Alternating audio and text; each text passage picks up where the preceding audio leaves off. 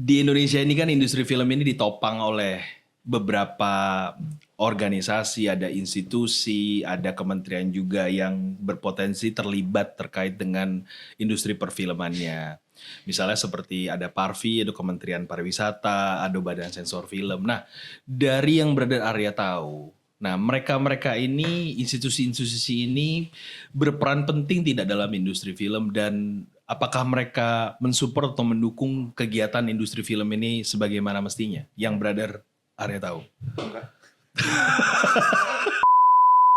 Sebenarnya memang film itu adalah salah satu alat untuk mempropagandakan sesuatu atau menciptakan satu perspektif tertentu. Bisa. Kenapa gue bilang bisa jadi? Karena belum tentu semuanya begitu. Oke. Tapi apakah bisa dipakai? Bisa. Sangat bisa. Ya. Di Indonesia pun juga sangat bisa. Ketika lo ingin menyuarakan sesuatu dengan film, bisa. Bisa banget ya. Bisa banget.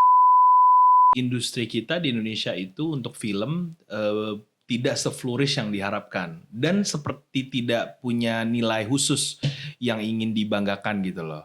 Karena kenapa? Yang dibawa di dalam industri ini fokusnya adalah lebih ke arah hal-hal yang sifatnya kayak tadi udah kita bahas, misalnya lebih ke arah ke profitable dan segala macamnya. Kita contohkan misalnya ada contoh film seperti Soekarno yang kalau nggak salah mainnya itu adalah Aryo Bayu.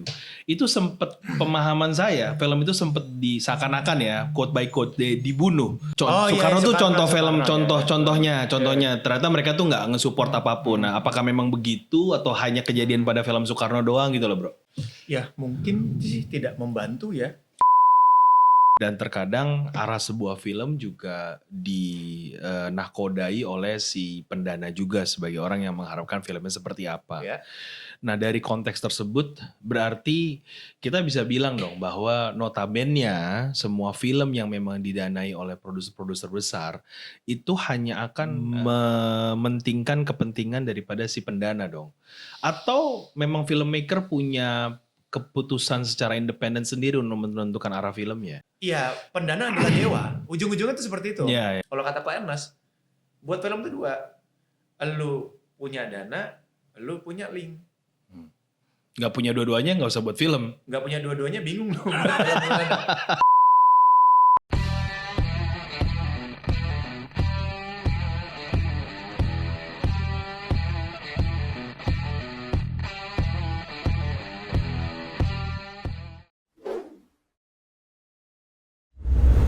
Assalamualaikum warahmatullahi wabarakatuh. Hai Novo Viewer di seluruh Indonesia. Kembali lagi bersama saya Nofriski Triputra, host daripada Novo Podcast. Kali ini di episode 6 gue akan ngajak bicara temen gue sendiri.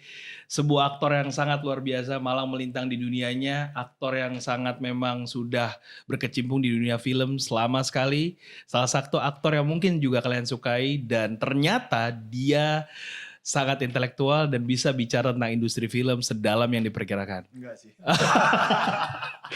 Oke, namanya Arya Saloka. Bro, malam ini serius banget kita bakal ngobrol. Nah, di kali episode ini kita akan bicara tentang industri film, bagaimana politik terkait dengan industri film dan sebagainya.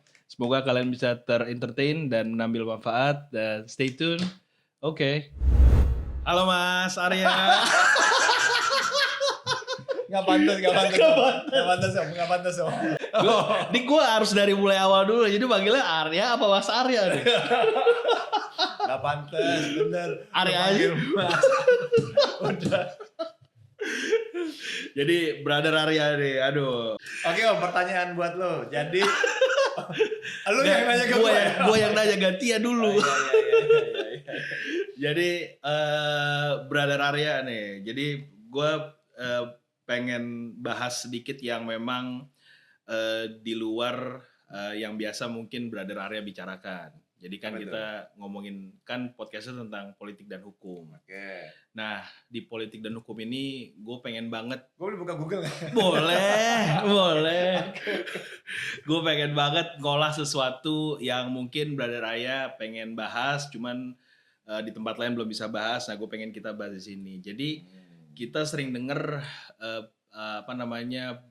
ngomong bahwa film itu adalah media propaganda atau ada kepentingan politik yang bisa dibangun di dalam sebuah film atau layar lebar. Okay.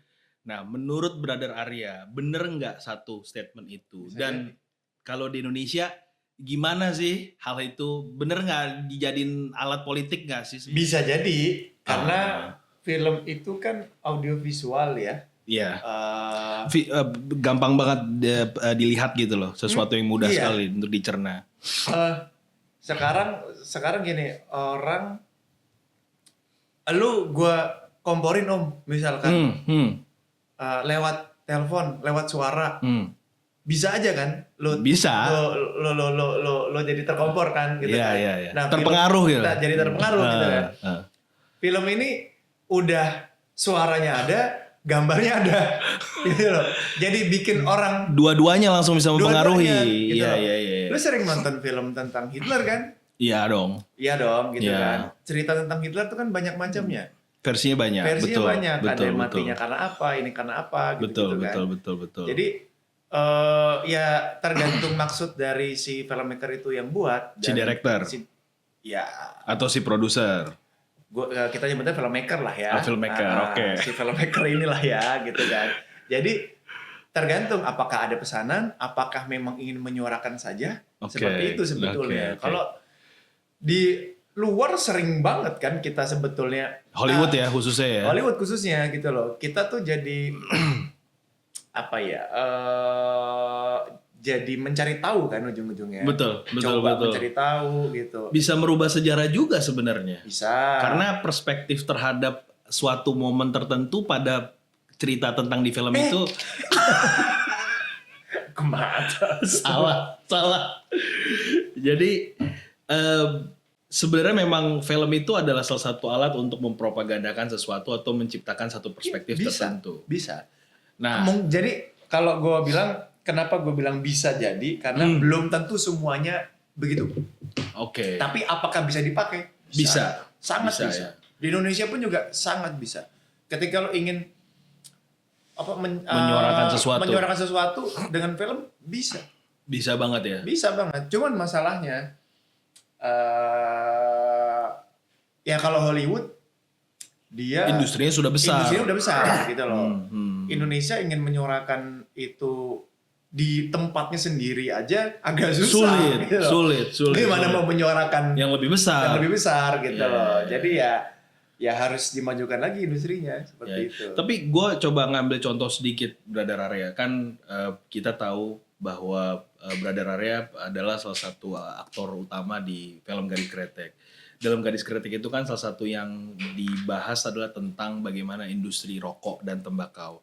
Apakah dari konteks tersebut, misalnya contohnya kita ingin menunjukkan kepada masyarakat, misalnya contoh dari sisi hal lain daripada yang dinikmati ya, bahwa memang industri rokok nih dulunya nih memang seperti ini. Berarti kan ada shifting sejarah di situ. Contohnya mungkin seperti itu gitu ya, yang bisa Brother Arya jelasin gitu ya. Gini. Apa memang hanya pure terkait dengan dinikmati saja atau tidak ada unsur lain di situ? Gini, kalau gue sebagai aktornya mencobanya gini, pastinya itu yang pertama gue tuh ke karakter manusianya dulu gitu loh. Kan gue menjadi siapa di sana gitu loh. Setelah itu baru gue tuh mencoba untuk tidak lebih pintar daripada naskahnya. Oke. Mencoba seperti itu. Follow the naskah saja ya. Jadi kalau gue mencoba lebih pintar, jadinya nanti gimana ya? Manusia ini tidak akan bisa terbentuk kalau itu menurut pandangan gue, gitu. Jadi kalau misalkan pertanyaan lo tadi, apakah di Gadis Kretek ini ingin menjelaskan hal sejarah dulu tentang seperti tembakau itu seperti apa? pasti. Dan ingin memberitahukan kalau sebetulnya industri tembakau ini, kretek ini ya memang dari dulu sudah banyak persaingan seperti itu. Apakah ada persaingan yang nggak sehat? Ya bisa jadi seperti itu, gitu loh. Ya. Tapi kan itu balik lagi fiktif ya. Kecuali memang balik lagi memang ada pesanan. Memang ada pesanan, misalkan brand tertentu gitu kan, ingin kayak gini dong. Brand, ingin begini, ini tentang sejarah keluarga gua gitu. Tapi kan ini fiktif. Dan Kretek itu tidak ada satu brand yang masuk di dalam situ. Ya. Pas hari Brandnya H, brand fiktif semua ya. brand fiktif semua. Oke. Justru waktu pas hari H pertama syuting, gue tuh dikasih tahu. Jadi akhirnya banyak yang tahu kalau akan syuting gadis kreatif tentang begini industri tembakau apa bla bla bla bla bla bla. Banyak brand rokok yang pingin masuk untuk sponsori itu gue tahu, gue baru kasih tahu. Tapi memilih salah satu brand rokok di situ juga nggak possible karena kan kita ingin menceritakan satu cerita yang lebih dari kan sekedar industrinya kan. Netral kan. Iya. Jadi kalau misalkan netral kan enak, membahasnya tuh enak. Iya. Dan itu kan semuanya brand-brandnya fiktif semua. Oke, kita geser sedikit terkait dengan industri filmnya. Kalau di Indonesia itu kan industri film yang saat ini geser dikit ya? Boleh. Kalau di Indonesia ini kan industri film itu kan beradar-adarnya kan sangat picky sekali terhadap film-film yang biasanya muncul. Khusus untuk ditonton. Di layar lebar misalnya kebanyakan sampai hari ini kan kita masih mengambil genre yang kalau bisa dilihat dari secara proporsional, misalnya film horor atau semua segala macam dibandingkan film yang lain. Untuk film Indonesia? Iya. Lebih banyak diproduksinya? Iya. Dari konteks itu, dari Brother Arya sebagai seorang aktor, melihatnya apakah kepentingan dari sisi si filmmaker ataupun di industri film ini lebih banyak film horor karena memang satu hanya untuk lebih komersial atau memang ada sisi perkembangan film yang ingin dibawa di situ. Artinya kan kalau misalnya kita lihat Hollywood kan terlalu beragam kan. Tapi Indonesia tuh seperti seakan-akan 60%-nya tuh kayaknya lebih berat ke situ gitu loh. Ini murni hanya komersial atau memang ingin menunjukkan bahwa ya kita tuh masyarakat Indonesia lebih sukanya film horor aja. Tidak ada kepentingan lain di situ yang mau dibawa gitu loh. Menurut brother-nya gimana? Ini menurut gue ya. Yes, masa menurut saya. Karena kenapa horor? Karena menurut gue lagi latah aja gitu loh. Latah itu menurut maksud gue gini Om.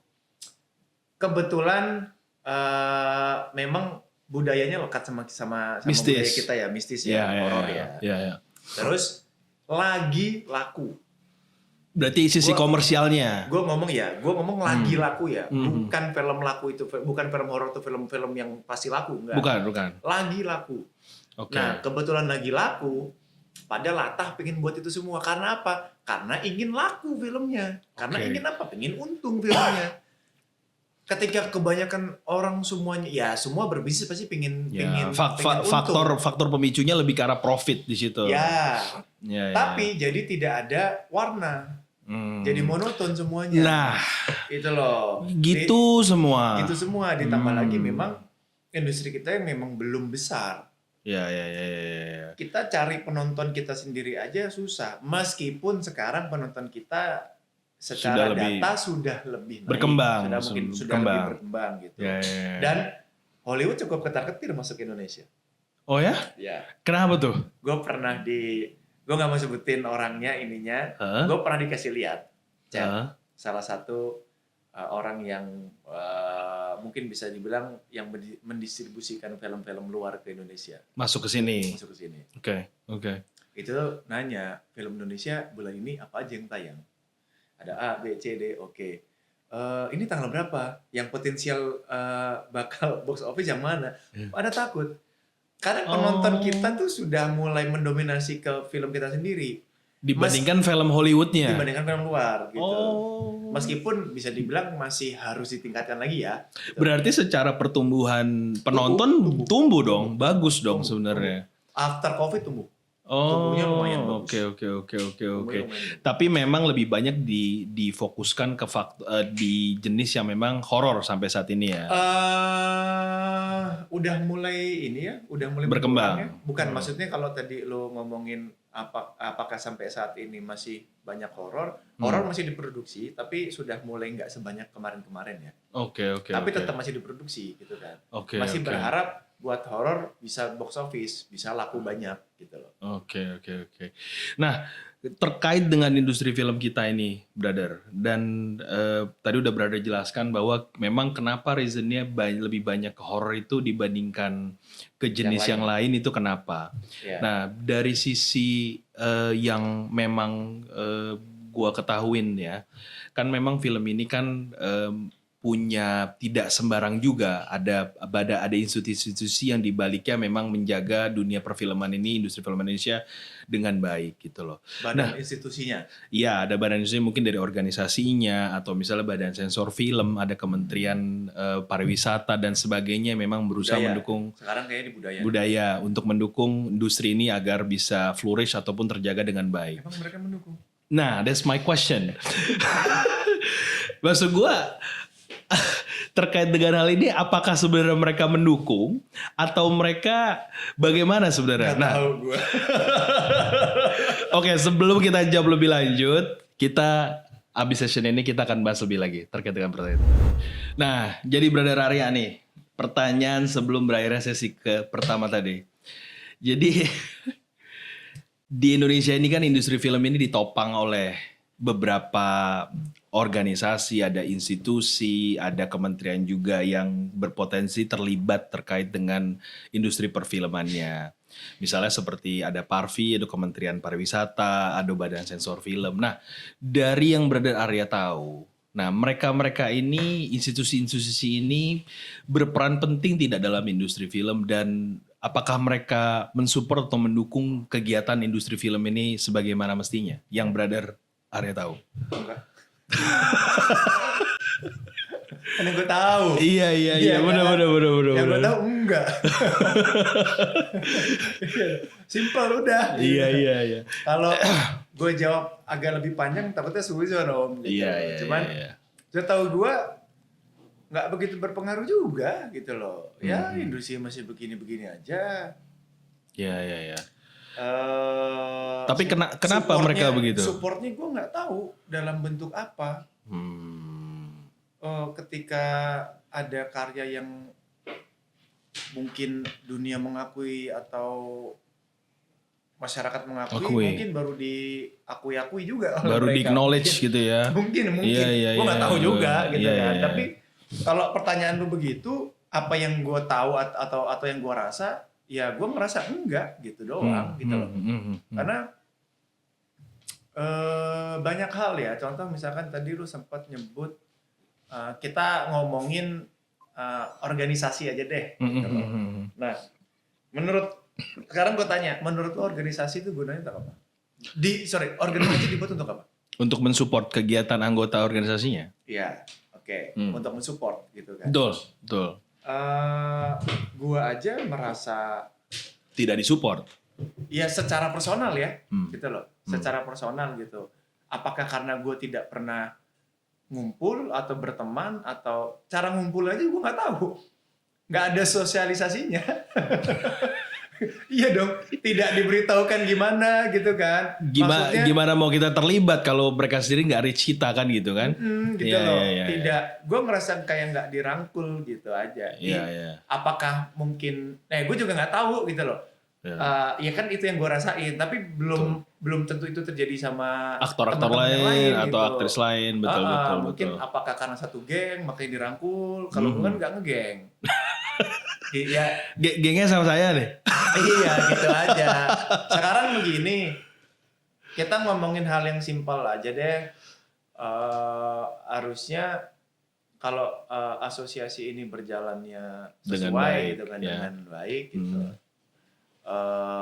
Contoh misalkan kan asosiasi ini diciptakan atau dibangun itu untuk memudahkan ya atau membantu lah para anggotanya gitu kan. Nah, apakah karena tidak terdaftar anggota makanya tidak dibantu? Gue juga nggak tahu gitu loh. Apakah harus mendaftar anggota dulu? Itu sebenarnya pertanyaan yang kita ajukan ya. Iya betul. Apakah harus mendaftar anggota dulu makanya baru bisa gue bantu nih gitu. Tapi apakah yang terdaftar anggota juga ternyata dibantu? Gue nggak tahu justru karena gue nggak pernah bertanya gitu kan. Iya. Tapi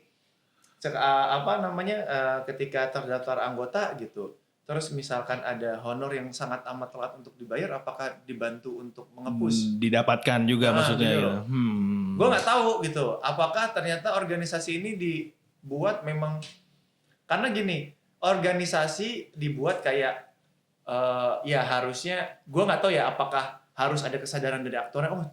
Gue harus cari tahu informasinya. Gue harus daftar sendiri nih gitu loh. Apakah memang harus disosialisasikan dulu supaya tahu gitu? Karena kan yang sekarang umur-umuran masih yang kecil-kecil nih, masih muda-muda gitu kan. Belum tentu juga tahu organisasi A, organisasi B, gitu kan. Gue nggak mau nyebutin merek ya, tapi kan belum tentu tahu gitu loh. Bahkan yang bahkan dewasa, gue nggak mau nyebut tua gitu kan. Bahkan yang dewasa belum tentu tahu ada organisasi ini ya gitu loh. Ya mudah-mudahan sih anggotanya bisa misalkan ada yang nonton ini gitu bisa kan, mendapatkan manfaat ya. Yang memang betul-betul ikut anggota memang dapat manfaat ya gitu loh. Tapi kalau misalkan yang enggak sih, kalau gue nggak tahu gitu loh. Tapi gue soalnya pernah dengar aja katanya juga nggak bantu-bantu kali gitu. Gitu. Ya seharusnya kan mereka bertindak lebih proaktif terhadap para. Terus apalagi tadi kementerian. Oke. Kementerian. Jadi kementerian. Kita ngomongin bisik-bisik aja karena kita ngomongin kementerian. Nah, jadi kalau dulu kan sepertinya jadi satu ya film itu di pariwisata dan Mendikbud. Betul. Ya, cuman sekarang kan udah bisa-bisa pendidikan sendiri, pariwisata sendiri, ekonomi kreatif sendiri. Dan budayaan. Dan sekarang juga ada Gcraft. Juga ada Gcraft sekarang kan? Gcraft udah dari dulu kan? Iya. Oh, Gcraft masuk pemerintahan sekarang. Dulu bukannya di luar. Setahu yang kita ketahui, Gcraft itu kan badan independen yang memang membantu para pelaku ekonomi kreatif. Termasuk orang-orang yang bekerja di bidang perfilman atau musik dan sebagainya. Membantunya gimana? We don't know. Saya belum tahu juga sih. Makanya gue mau nanya nih sama brother Arya. Gue pernah ditawarin masuk Gcraft. Oh, pernah ditawarin masuk Gcraft. Terus? Cuman gue kan ngerasa, gue kalau nggak kerja ngapain? Gitu loh. Soalnya gue ngerasa gue kayaknya kerjaan gue banyak gitu. Oh, organisasi fungsinya ini buat apa kalau tidak untuk menopang yang tadi kita bahas lagi dong, kembali gitu kan. Kalau gue masuk organisasi kayak begitu, minimal gue kerja dan gue mau membantu gitu loh. Iya. Karena dari yang kalau gue jujur gue kan sebagai penikmat film dan entertainment. Dari sini kan gue bisa melihat bahwa seharusnya sebuah industri mau bagaimanapun, khususnya misalnya di Indonesia terkait dengan film, harusnya kan mendapat support full daripada seluruh badan yang terlibat untuk mensupport kegiatan tersebut. Nah, tapi yang gue tahu juga industri kita di Indonesia itu untuk film tidak se-flourish yang diharapkan dan seperti tidak punya nilai khusus yang ingin dibanggakan gitu loh. Karena kenapa? Yang dibawa di dalam industri ini fokusnya adalah lebih ke arah hal-hal yang sifatnya kayak tadi udah kita bahas. Misalnya lebih ke arah ke profitable dan segala macamnya. Kita contohkan misalnya kegiatan di industri film. Misalnya kita ada contoh, misalnya dulu saya tahu banget ada contoh film seperti Soekarno yang kalau nggak salah mainnya itu adalah Aryo Bayu. Itu sempet pemahaman saya film itu sempet seakan-akan ya quote by quote dibunuh. Soekarno tuh contoh film contohnya ternyata mereka tuh nggak ngesupport apapun. Nah, apakah memang begitu atau hanya kejadian pada film Soekarno doang gitu loh bro? Ya mungkin sih tidak membantu ya kalau sudut pandang gue kalau menurut gue.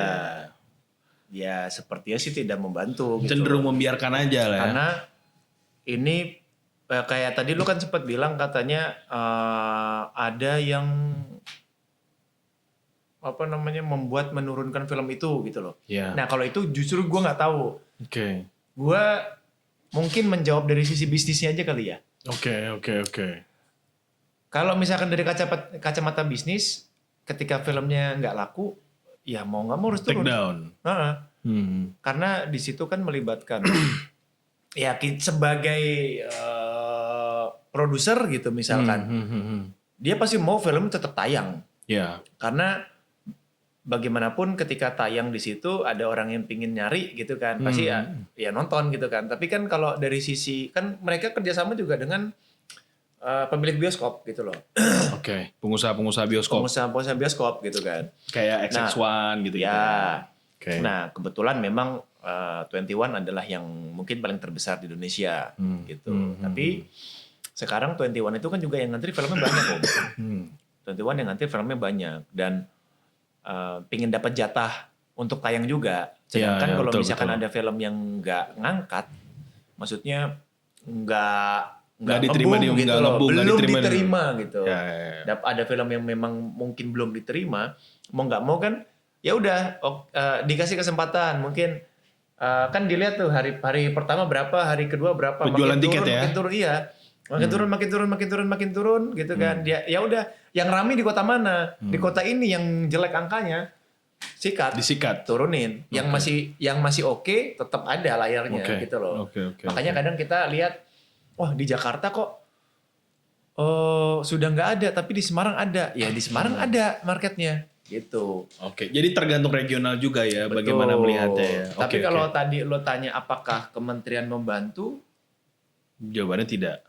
Menurut gue, membantu dari segi tapi mananya, seharusnya membantu kan, should be. Membantu gini, ya harusnya peran dari pemerintah ini supportnya harus cukup besar juga sebetulnya, khususnya bagaimana membantu untuk mendistribusikan film kita ini menjadi lebih bagus, membuka pintunya ke harus luar harus gitu lebih bagus gitu ya. Gitu betul harus membuka itu gitu loh. Karena menurut gue film itu salah satu hal yang bisa memajukan negara juga kalau menurut gue. Contoh sekarang, iya dong. Lu kenapa mau ke Amerika? Hollywood. Ya, salah satunya. Karena banyak film-film Hollywood yang kita tonton. Ketika di sana ini spot lokasi film ini nih. Iya, betul. Gue mau ini karena apa? Karena banyak hal yang kita mungkin lihat di Google atau yang kita lihat di film, banyak orang berbondong-bondong sekarang mau datang ke Korea. Karena melihat itu. Banyak scene di film itu yang pengen kita datengin juga. Iya, salah satunya gitu. Iya. Pengen datang, pengen lihat gitu-gitu. Kadang kita buka 10 destinasi wisata yang harus kita datangi misalkan di Korea gitu-gitu ya. Sekarang udah banyak sosial media gitu-gitu kan. Ya memang harus digencarkan gitu loh. Dan film sebagai kita udah bahas tadi di sesi pertama bahwa film sebagai media propaganda terbaik memang mampu menunjukkan ciri khas atau budaya kultur daripada bangsa atau negara itu sendiri. Contohnya kita ambil aja gampang banget India misalnya dengan Bollywoodnya. Hampir 90% film mereka ada kecenderungannya tentang menari dan segala macam yang terus dibudayakan oleh mereka gitu loh. Ini menarik banget menurut gue sih. Nah, kita geser ke pertanyaan yang selanjutnya yang terkait dengan industri, organisasi sama keaktoran ini, brother. Kita tahu banget bahwa sampai saat ini juga banyak banget aktor-aktor di Indonesia ataupun aktris yang memang saat ini mereka ingin terus berkarya, tapi tidak bisa juga atau belum ada job juga atau tidak diperhatikan dengan sebagaimana mestinya. Industri itu sepertinya berpengaruh besar terhadap aktor-aktor yang akhirnya juga mau tidak mau sudah mengikuti zamannya, sudah tidak atau ada yang tidak laku atau seperti apa dan profesi mereka sebagaimana mestinya gitu loh.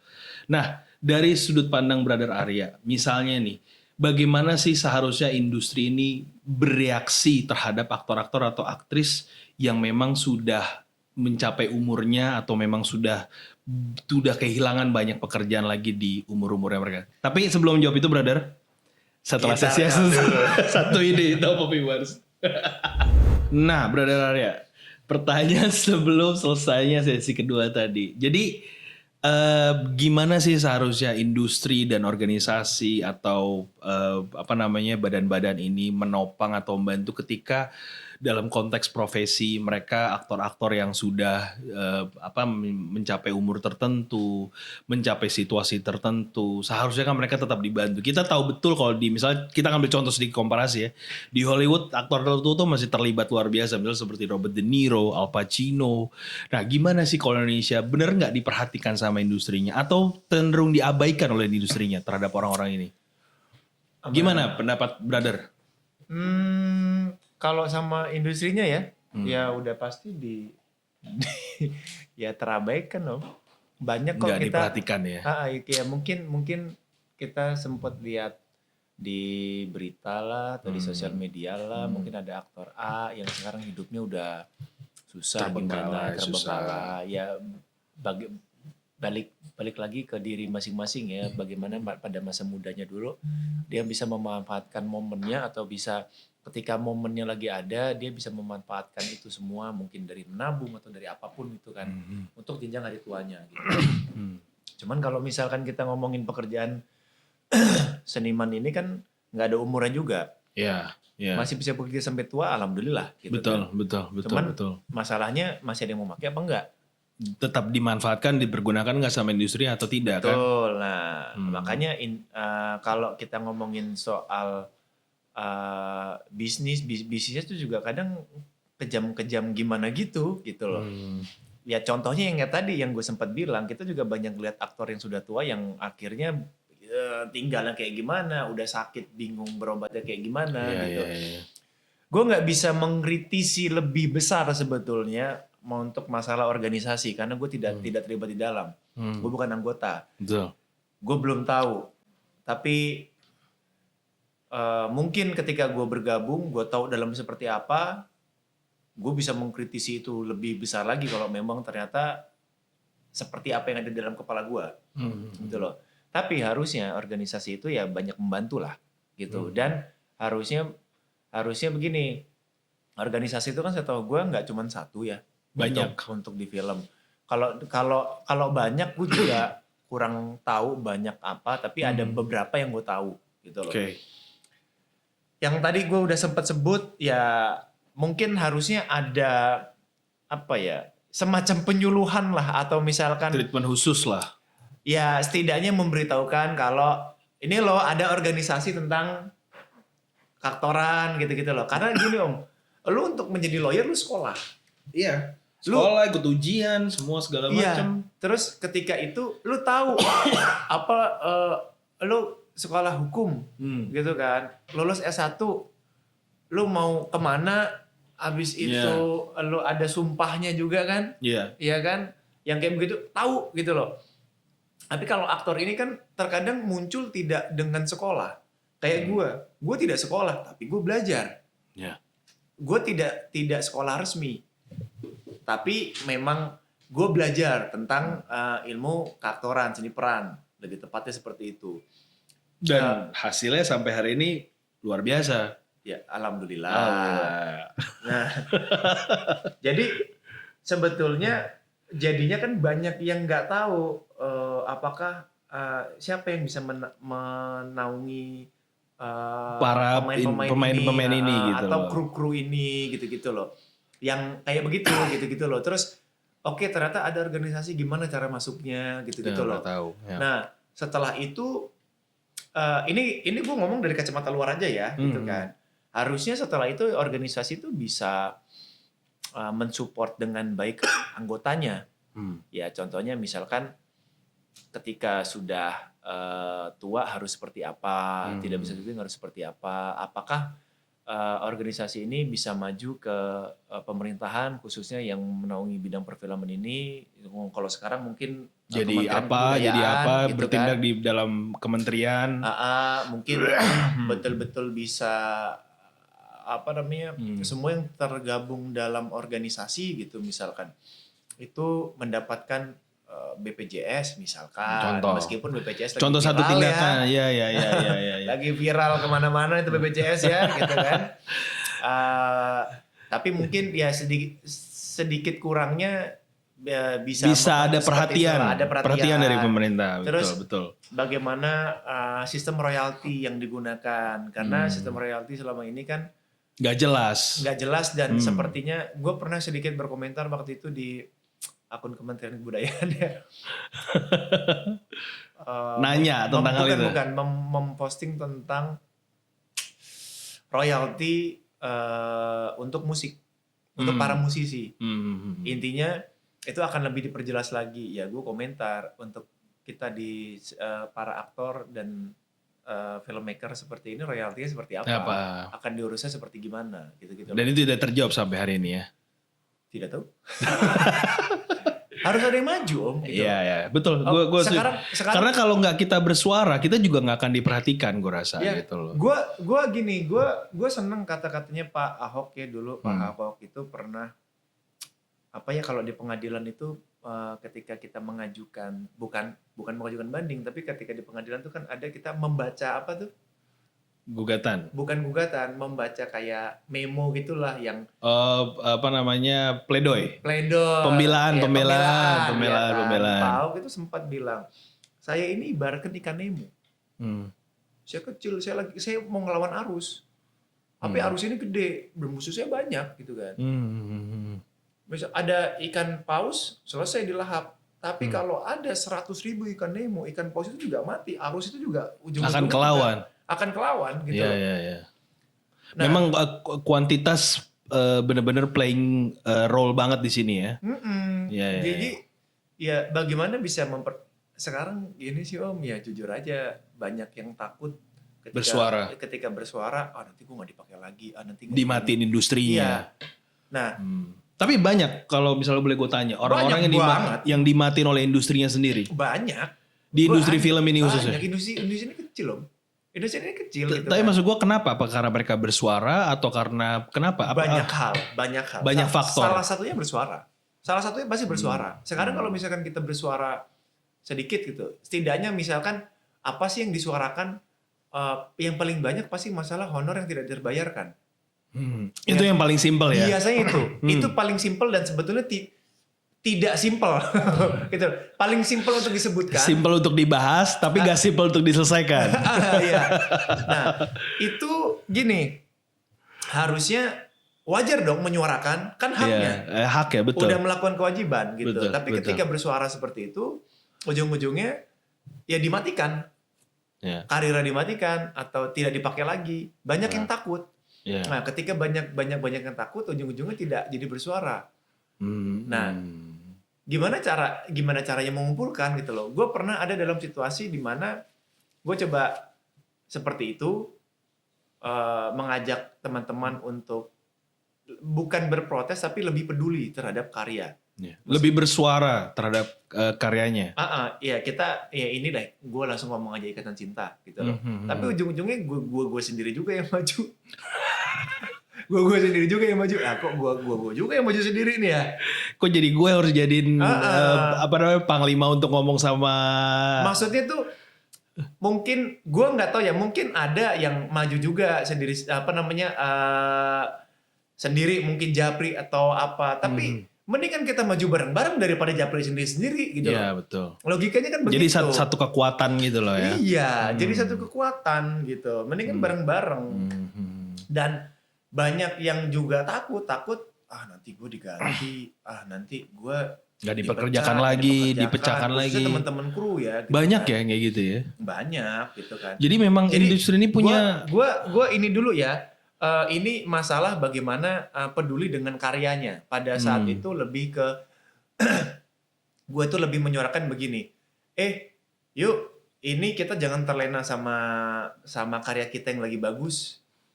Kita coba berpikir ketika karya ini ibaratkan mobil bensinnya udah mau habis nih, kita mau ngelakuin apa? Atau kita harus servis kan? Coba yuk yang ngerti tentang oli, yuk coba bantu ganti oli. Yang ngerti tentang ban harus cek ban, yuk coba ngerti cek ban gitu loh. Maksudnya lebih kepeduli sama karyanya gitu. Bukan karena ya di setiap produksi pasti akan ada yang kurangnya juga. Ada plus gitu minusnya di setiap minusnya gitu kan. Ini bukan ngomongin masalah honor atau kayak gimana ya. Di setiap tempat pasti ada honor yang susah buat dibayar atau kayak gimana, wajar gitu loh. Sebenarnya tidak wajar, sorry. Itu sebenarnya tidak wajar. Bayarlah honor-honor kami, siapapun itu. Jangan telat kalau bisa, ya kan? Karena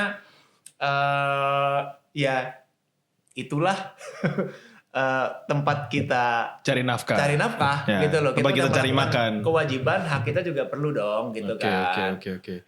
Jadi gue bisa simpulkan dari penjelasan lo tadi bahwa sebenarnya industri ini juga satu, kita nggak bisa bilang baik juga, tapi kita nggak bisa bilang buruk juga. Di satu sisi memang industri ini benar-benar punya kemampuan untuk melanjutkan dan menghentikan beberapa pekerjaan daripada orang-orang yang di dalamnya, gitu. Ayolah, kan ya. Pemerintah bantu, yuk jangan sampai mafia-mafia film ini yang berkeliaran terus gitu. Kalau bisa, itu pertanyaan keren sih. Kalau bisa, ayo kita sama-sama membesarkan industri film dengan ini, baik dan benar ya. Dengan baik dan benar. Bagaimana kita bisa mendistribusikan film ini sampai keluar-keluar gitu kan. Bagaimana kita bisa membesarkan industri film ini seperti kita nggak usah ngomongin Hollywood, kita kejar aja tuh Thailand. Oke. Kita kejar aja tuh Jepang. Nah, kita akan masuk sesi 3 nih. Tapi sebelum kita geser, ada satu pertanyaan yang menarik dari kata-katanya brother tadi. Mafia film. Mafia film itu apa? Abis sesi ini kita akan bahas lebih dalam lagi. Stay Kita tune. rehat dulu. Nah, pertanyaan ajaib nih. Yang muncul sebelum berakhirnya sesi 2 tadi ini. Mafia Sesi 3. film. Sesi 3 ya? Sesi 3. Sesi 3. Mafia film. Jadi gimana nih Brother Arya? Iya, mafia film Ada itu. emang? Mafia film tuh ada? Ada. Lu pernah nonton gak film-film mafia? Iya gak? Iya gak? Kan gue bilang apa? Mafia apa? Mafia film? Ya ada lah. Ada lah mafia film lah. Ya kan? Coba nonton tuh. Godfather. Itu nggak? mafia. American Gangster, Denzel Washington. Mafia nggak? Mafia film. Ya kan? Serigala Terakhir. Mafia Jarod. film. Iya. Alex. Mafia film. Mafia Mafia film. film. Laga hitam mafia film. Iya itu. Jadi itu ke situ ya. Aman gak? Aman. Enggak. Jadi mafianya tetap ada. Oke, mafia tetap ada ya. Mafianya ada. Mau bagaimanapun di dalam industri ini ada yang begitu ya kurang lebih ya. Ya, ya kurang lebihnya seperti itu sih Om. Oke. Maksudnya, ya kadang, ya contoh mungkin ketika ada PH mungkin, gue bilang kita ngomongin mungkin ya, ada PH baru, terus Yang lebih besar misalnya. enggak, bukan. Maksudnya PH baru, terus PH ini mau buat film, terus ternyata filmnya meledak nih, box office, ya kan? Terus mereka nggak soan Ke beberapa yang orang-orang besarnya film, misalkan, atau nextnya kan pasti udah ditandain tuh, ditandain dengan apa? Oh, lu mau sendiri-sendiri aja, kita nggak boleh gabung, Nggak dilibatin. misalkan. Nggak dilibatin gitu kan? Ya udah, gua kunci tuh penayangan. Bisa ada yang kayak begitu, bisa aja. Ini kita ngomongin ngambil contoh ya. logika bodoh aja. Iya, logika gitu bodoh kan. aja Logika lah. bodoh aja. Iya, kan? Bisa aja begitu ya kan. Oh, Iya, lu iya. nggak mau kita ikutan juga atau kayak gimana? Ya udah, gua kunci nih di layar. Misalkan lu nggak bisa di sini, nggak bisa di situ gitu loh. Dengan cara apa? Wallahu alam, gua nggak Iya, tahu. iya. Apakah dengan mereka produksi film yang banyak, jadinya Iya, mereka iya, yang iya. dapat jatah banyak Iya, gitu. iya. Nah, gua juga nggak tahu gitu loh. Karena sistemnya juga gua nggak tahu. Karena kalau misalnya kita lihat sendiri ya, maksud gue PH itu kan butuh pendanaan. Kita tahu betul bahwa sebelum menciptakan film kan mereka butuh pendanaan. Ya, betul. Dan terkadang arah sebuah film juga dinahkodai oleh si pendana juga sebagai orang yang mengharapkan filmnya seperti apa. Ya. Nah dari konteks tersebut berarti kita bisa bilang dong bahwa notabene semua film yang memang didanai oleh produser-produser besar itu hanya akan mementingkan kepentingan daripada si pendana dong. Atau memang filmmaker punya keputusan secara independen sendiri untuk menentukan arah filmnya? It's a good question I think. Iya. Ya ngikutin apa yang pendana mau lah. Ngikutin apa pendana mau ya? Kebanyakan seperti itu. Makanya kalau lu mau buat film yang lu mau, lu danain sendiri. Oh. Atau cari teman-teman yang memang mau dengan gue mau buat film kayak begini, mau ikut apa enggak? Oke gas. Kalau enggak, susah. Nggak bakal Iya. bisa. Kayak gini, ibaratkan gue kontraktor, gue arsitek, gue punya perusahaan kontraktor, bla bla bla bla bla bla bla. Lu hire gue, lu kasih gue tender misalkan. Ya, gue mau buat cluster 50 rumah. Gue mau rumahnya seperti ini, bentuknya begini apa bla bla bla bla bla. Pak, Lu mendingan pimpro dong lu sebagai pelaksana proyek dong. iya, pimpinan terus proyek gue dong. bilang, Pak, mendingan begini aja Pak. Lebih Maksudnya bagus. begini apa bla bla bla bla bla bla. Kan saya punya dana. Kan saya punya gini. Kok kamu ngatur-ngatur saya? ikutin saya. Hmm. Tapi nggak bisa, ya udah besok gue bakal lu ganti dong. Ah ribet nih, gue ganti yang mau ngikutin gue aja. Tapi maksud gue itu benar-benar suatu hal yang lumrah di Indonesia sendiri, atau memang hanya di Indonesia, atau memang di seluruh dunia juga? Karena yang gue tahu ya, ini kita kan maksud gue kan Seluruh dari dunia lah. soalnya dari yang gue ketahui, misalnya kita contoh ngambil a bit politik dikaitkan dengan film Marvel misalnya contohnya, atau Seluruh dunia lah. film Hollywood yang lain misalnya. Kita tahu bahwa di beberapa film Marvel, direktur itu punya kemampuan untuk mengolah filmnya secara full independen, terlepas dari pendanaan daripada Disney misalnya gitu loh. Nah, gue nggak ngebahas film Marvelnya, tapi apakah praktek seperti itu dibenarkan juga di Indonesia, atau memang seperti yang tadi lu bilang, pokoknya ya ikuti pendanaan aja, nggak pernah tuh ada independensinya filmmakernya. Ya kadang begini, dari sisi perusahaan yang mendanai ya misalkan gitu kan. Dari sisi sana mereka ngomongin bisnisnya kan ujung-ujungnya. Terkadang mereka jadi lebih pintar daripada si filmmaker yang belajar tentang bagaimana membuat filmnya. Terkadang seperti itu. Tapi filmmaker belum tentu mengerti soal bisnis kan. Iya. Jadi sebetulnya ya memang harus berdiskusi sebetulnya kalau menurut gua ya. Antara si pendana dengan si filmmaker director, gitu filmmaker loh, ya. si filmmaker gitu. Ya karena yang satu pasti mikirin ya gue di sini berbisnis. Nggak salah juga, memang bisnis kan. Mau gimana gitu kan. Iya, iya. Tapi yang satu We're here to making money kan. iya. Iya. Tapi yang satu gue mau buat film bagus nih. Iya. Bisa kok buat begini apa bla bla bla bla bla bla. Tapi yang satu ngomong marketnya nggak ada. Ya. Saya mau buat kayak begini gitu loh. Yang satu ngerasa apa namanya jadi pinter di pembuatan film padahal tidak pernah belajar spesifik tentang filmnya. Yang satu apa namanya memang belajar spesifik tentang filmnya tapi merasa tahu tentang Industrinya, bisnisnya lah gitu kan. Bisa kok berbisnis dengan kayak begini apa bla bla bla. Nah, itu kan balik lagi lu harus apa ya, buka data lah. Searching dulu lah apa buat table-nya gimana kalau misalkan kita buat film ini kira-kira berapa.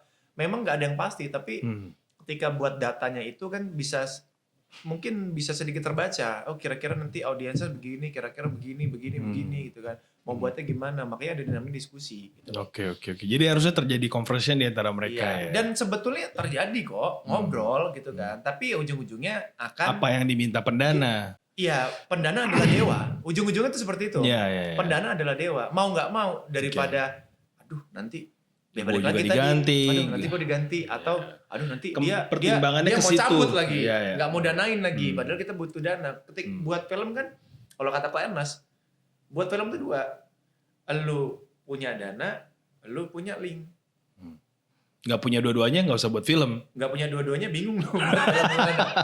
Nggak punya dana bingung link. Iya. Link tuh ya mungkin masuk ke bioskop lah atau kemana gitu kan. Punya link nggak punya dana. Selesai juga nggak bisa dibuat. Nggak bisa dibuat. Oke. Nah sisi yang lain itu banyak faktor. Terpisah lagi ya. Yeah. Ada faktor dari kreatifnya lah, ada faktor ininya lah apa. Produksi gitu semua segala macam. Ya gitu-gitu. Nah gue ke pertanyaan yang potentially menjadi last question kita nih di diskusi malam ini ya. Kita rehat dulu. Enggak, belum. Jadi gue ada satu pertanyaan terakhir sebelum kita sudahi pembicaraan yang keren ini. Gue tahu betul bahwa di industri film penghargaan internasional itu sangat prestige dan sangat luar biasa banget. Terbukti misalnya kemarin juga gue tahu lu dinominasikan di Korea dan itu luar biasa sekali di Guys Kretek. Dan hanya several person juga dalam industri film di Indonesia yang bisa punya kesempatan seperti itu, yang bisa punya kesempatan untuk mendapatkan International Prestige Award gitu, semua segala macam. Dari sisi yang lu pahami dan lu ketahui, ketika lu mendapatkan Prestige Award dari Busan, ataupun misal nanti Bismillah, lu bisa dapat Oscar atau Golden Globe, itu sebenarnya secara function dalam posisi lu sebagai aktor, itu ngebantu lu nggak sih, ngeboost lu nggak sih untuk lebih berkreasi lagi di dunia film tuh, atau itu cuma jadi ini doang, maksudnya nggak tahu gue gunanya buat apa gitu. Oke. Satu, memotivasi lagi untuk ya gue dapat ini, otomatis dunia makin ngeliat kualitasnya udah pasti oke, bagus. Otomatis ketika gue ngambil sesuatu, lu bisa diterlibat lebih jauh ya. Harus betul-betul gimana ngolah lagi gitu loh, bisa baik lagi gitu kan pasti. Mempertahankan itu lebih susah daripada mendapatkan. Betul, ya, gitu betul. Loh. Nah, di satu sisi lagi berpengaruh sekali dari pekerjaan juga. Ya contoh misalkan gue tiba-tiba ngaruhnya gimana, brother? Maksudnya apa dapat tawaran film lebih banyak lagi? Lebih banyak pasti. Sekarang gue menang Oscar. Ya. Gimana nggak Mejibun yang nawarin gue? Iya. Cuman pertanyaannya ketika menang Oscar, aduh gue bayar berapa dia ya? Kan begitu kan? Gitu loh. Iya. Nah jadi penghargaan itu memang berpengaruh sih terhadap posisi kita di dalam industri ya. Iya, balik lagi penghargaan seperti apa dulu gitu. Kalau penghargaan dalam negeri ya cukup berpengaruh juga pastinya gitu loh. Untuk dari nama atau kayak kita juga pasti kan diperhitungkan. Contoh misalkan gua nominasi di Asia kemarin.